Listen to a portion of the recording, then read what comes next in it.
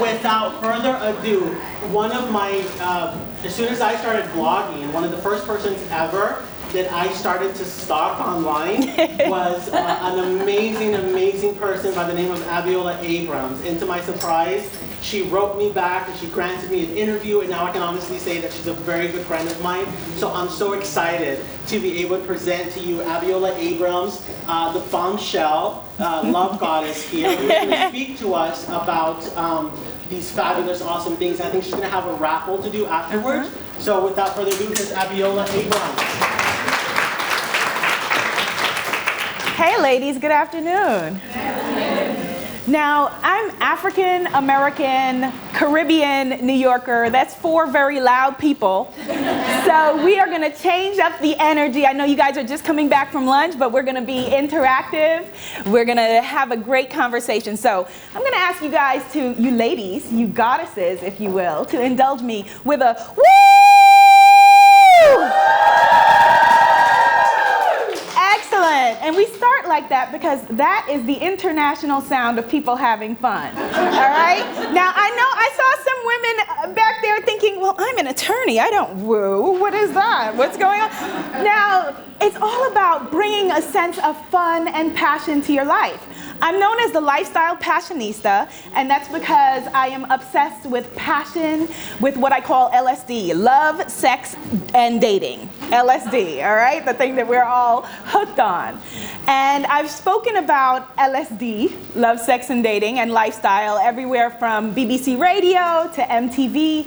And I am most thrilled when I get to talk to women one-on-one with this, sort of, smaller group of dedicated women who are interested in making a change in their lives. So give yourselves a round of applause for coming out on a Saturday when you could be anywhere and doing this.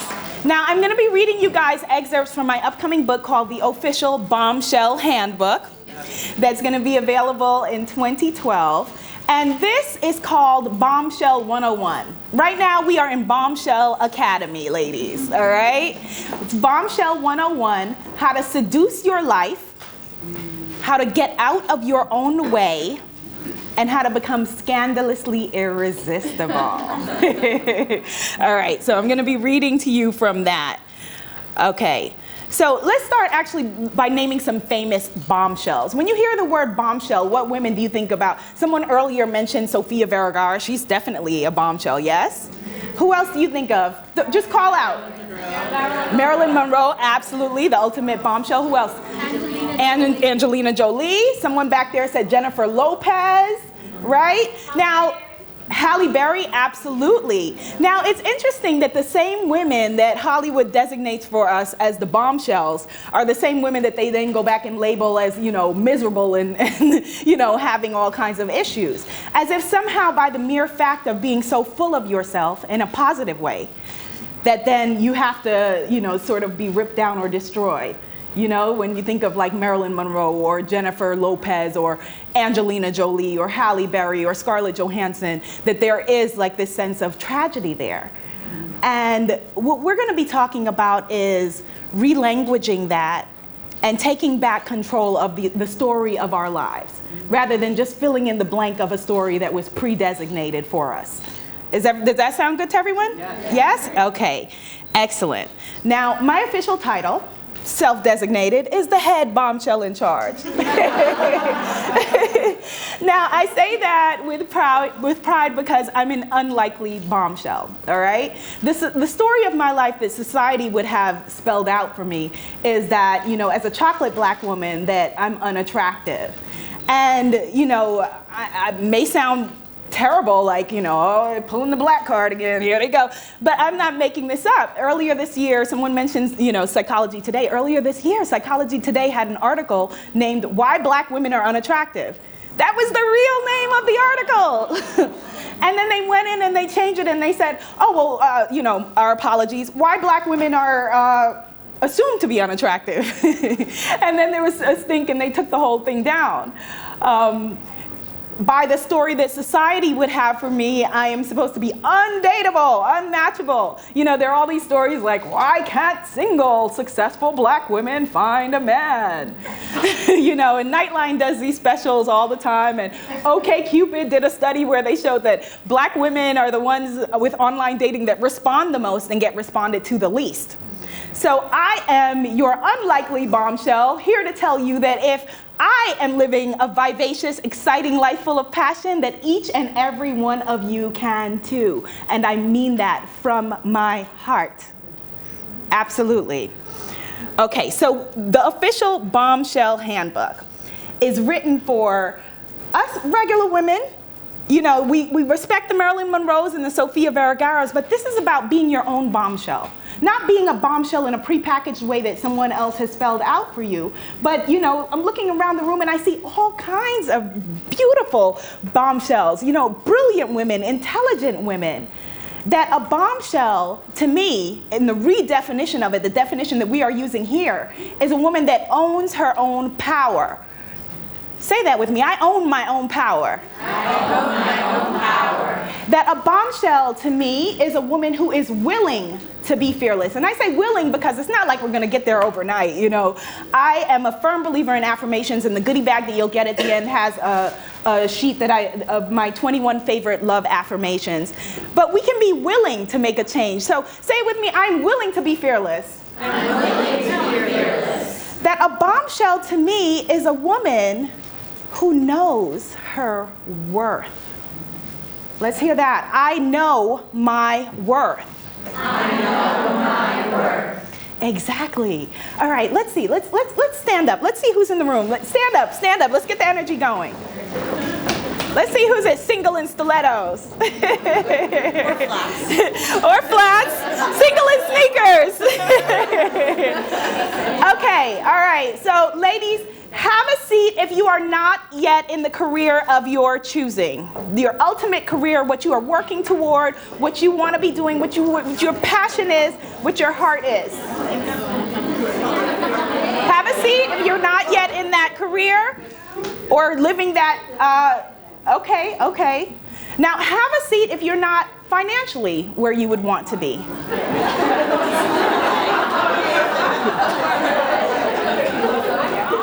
Okay?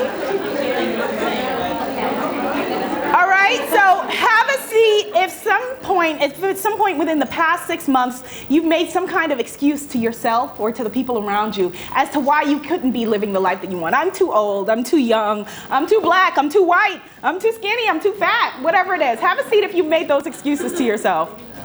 All right, have a seat if you are not yet in your ultimate relationship, whatever that means.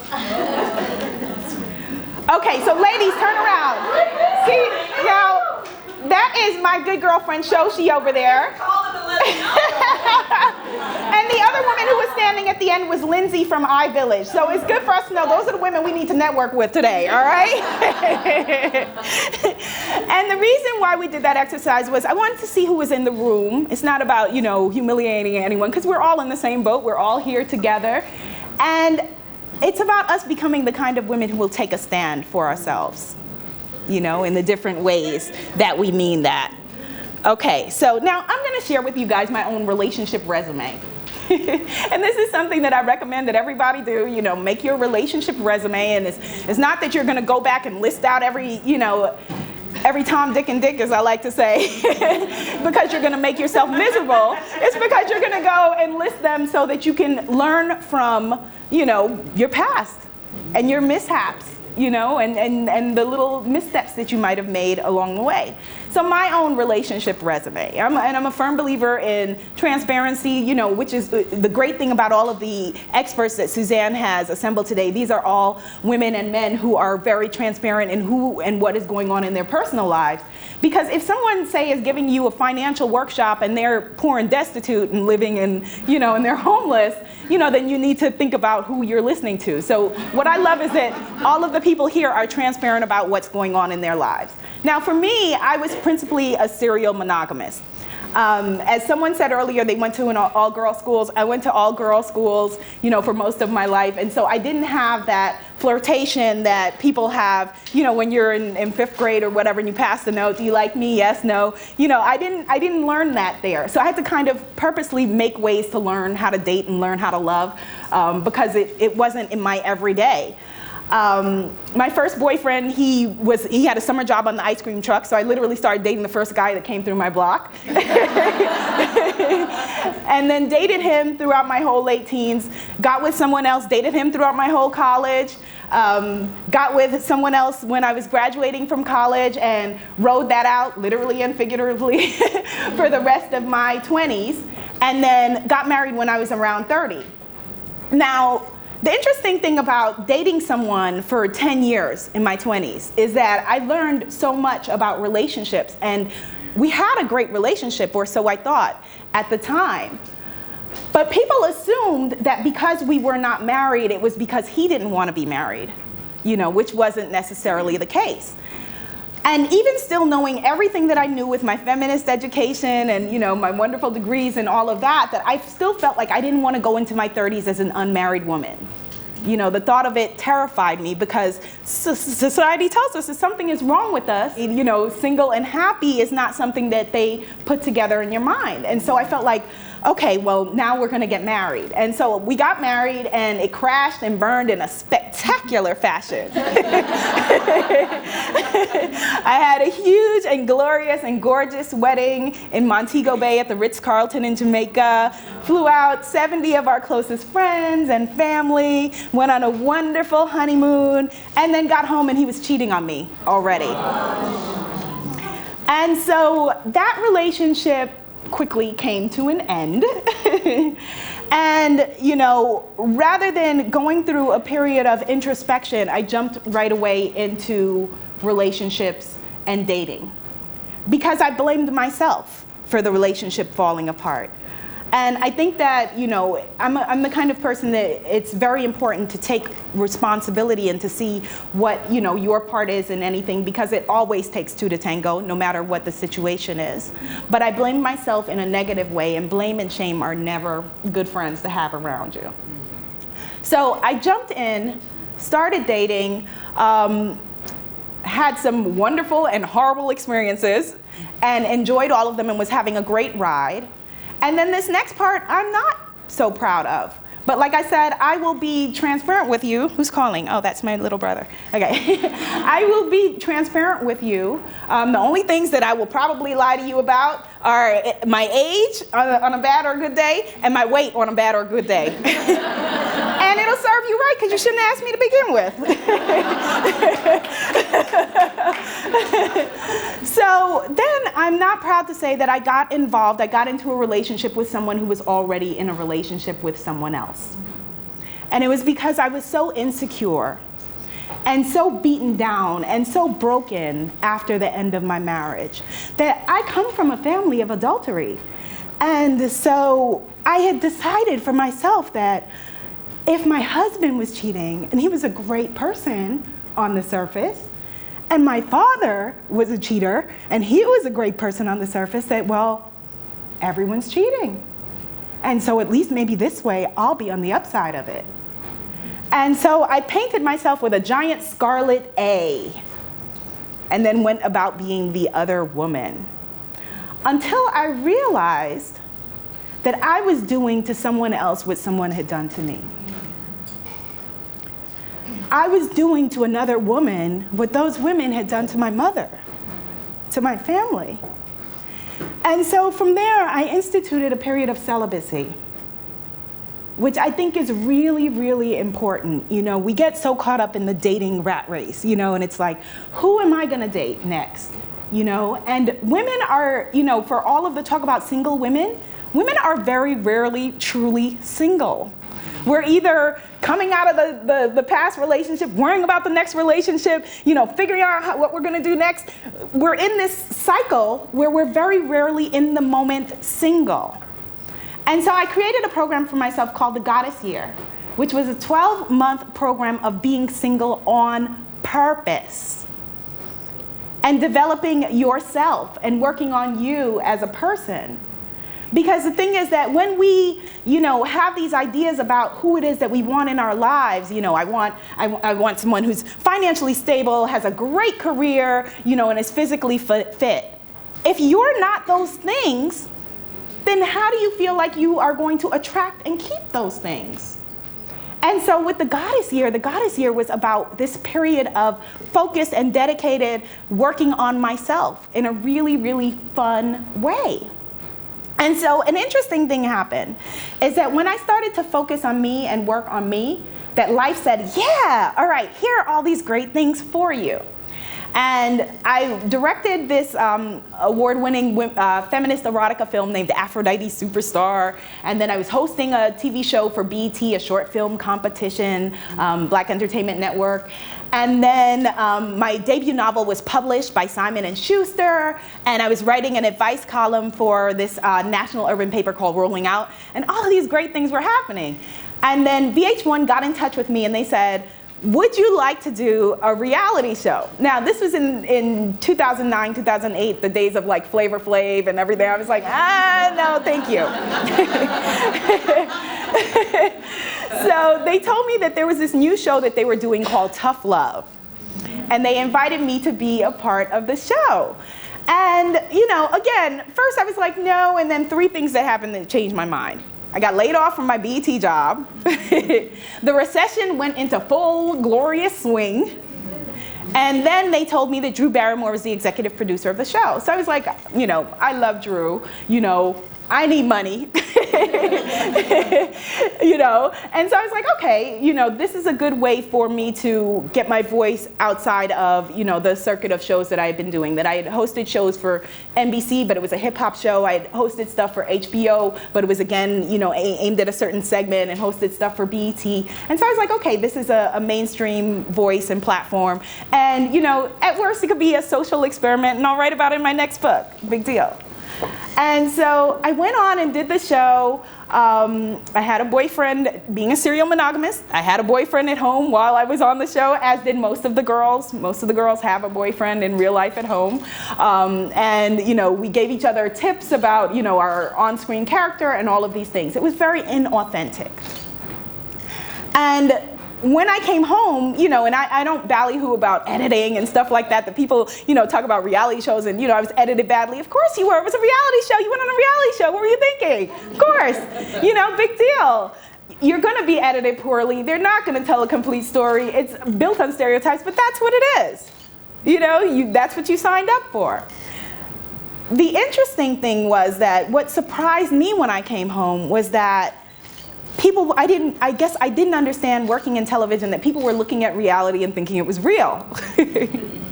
And so what struck me most was the letters that I was getting from women like me, women like the women in this room, women that had bought into the reason why I got married was the feeling that something is wrong with being single, that any man is better than no man at all, and that something is wrong with you if you think differently.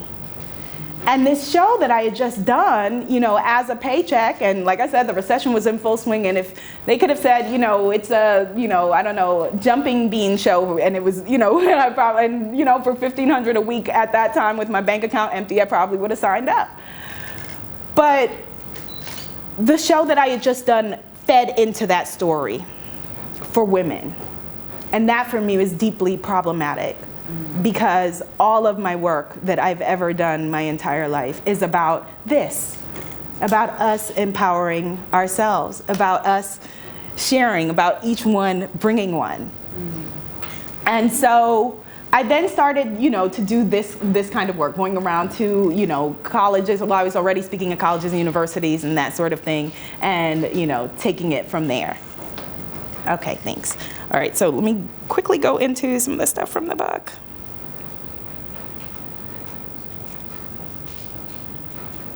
Oops. All right, I have a connection problem. All right, so the thing is that, one of the things that I realized was that when I talked earlier about creating a story, that we each have a story of who we are, right? Some of us, it may be your story about your job. Some of us, it may be, we have our stories about our families, our family of origin, as they say, you know, in various recovery groups. You know, that, you know, I'm adopted, or I'm Guyanese, or, you know, I'm single, or I'm a serial monogamist, or whatever the story is that we lead with. But what I wanted to ask is, who would we be without those stories? Because some of us, we get so caught up in those stories, and we lead with those stories rather than leading with who we are. And dating while desperate, which so many of us have done, is never cute, is never healthy. That desperation is man repellent, it's woman repellent, and it's life repellent. And so let's talk about like how to then empower yourself. I'm sorry, my signal went out on my phone, technology. I'm gonna grab my notes here.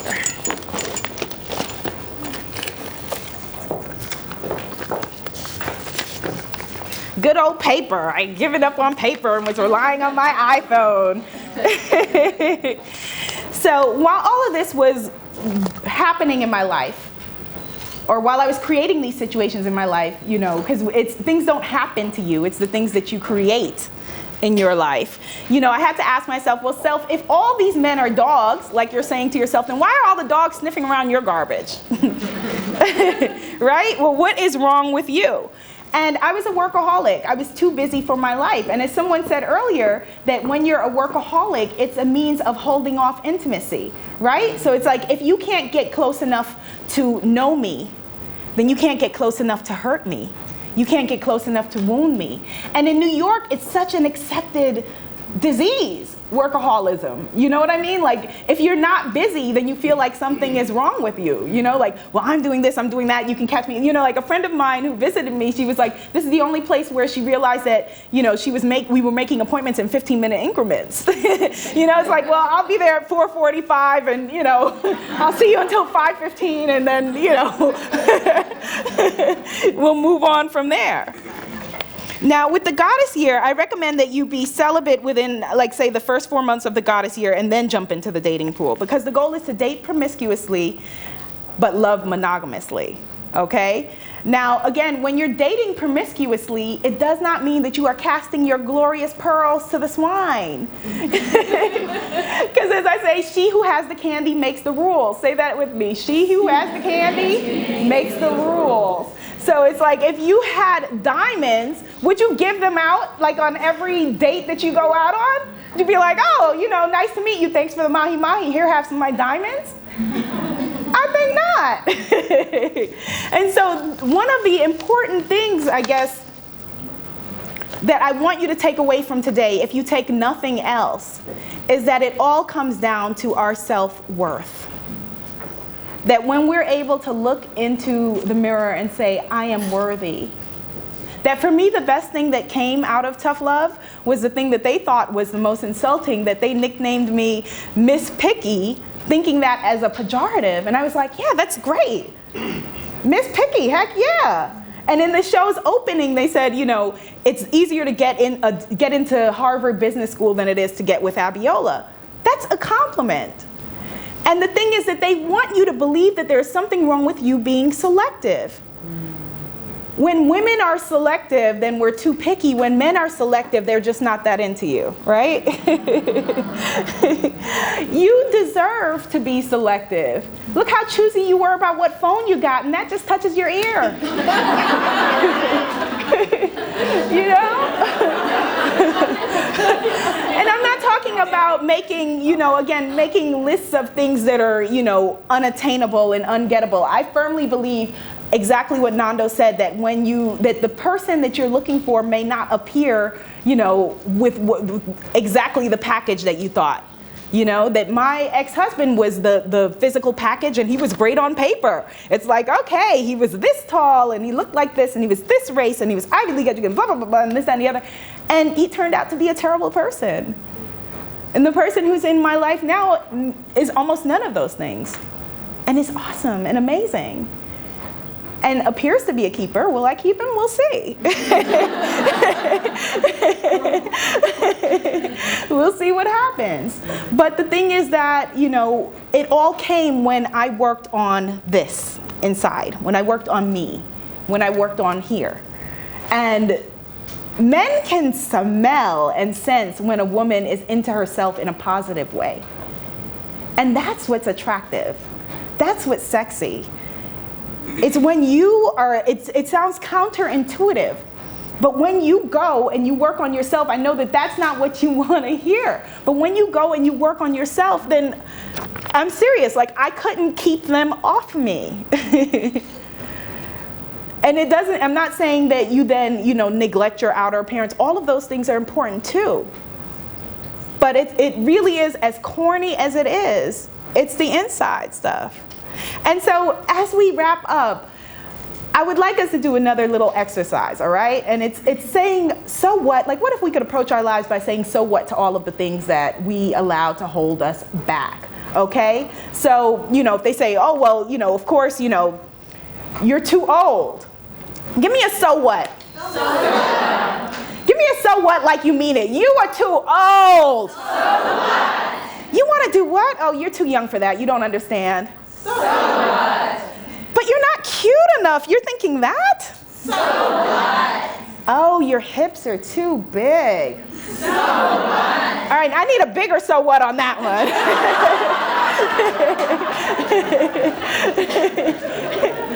And when you start to approach your life with that sense of, rather than leading from that wall of desperation, like, okay, I'm playing the game of musical chairs and, who turned out the lights? Everyone's got them made except me and I'm about to turn whatever age and oh my God. Leading from a place of, yeah, I am loving who I am. I'm feeling good about myself because I'm working on myself, and not working on myself because Abiola said the side effect would be getting a man, but working on myself because I really want to get to know and love and nurture me because I deserve it. That's when you become a bombshell, and that's when you become irresistible. My name is Abiola Abrams. I am obsessed with passion. Get in touch with me. I'm at abiolatv.com and Twitter at abiolatv. I host a web TV show you can subscribe to on iTunes. If you just Google Abiola Abrams, search Abiola Abrams in iTunes, and it'll come up. It's called Abiola's Kiss and Tell TV. And I'm on facebook.com/abiolatv. All right, thank you.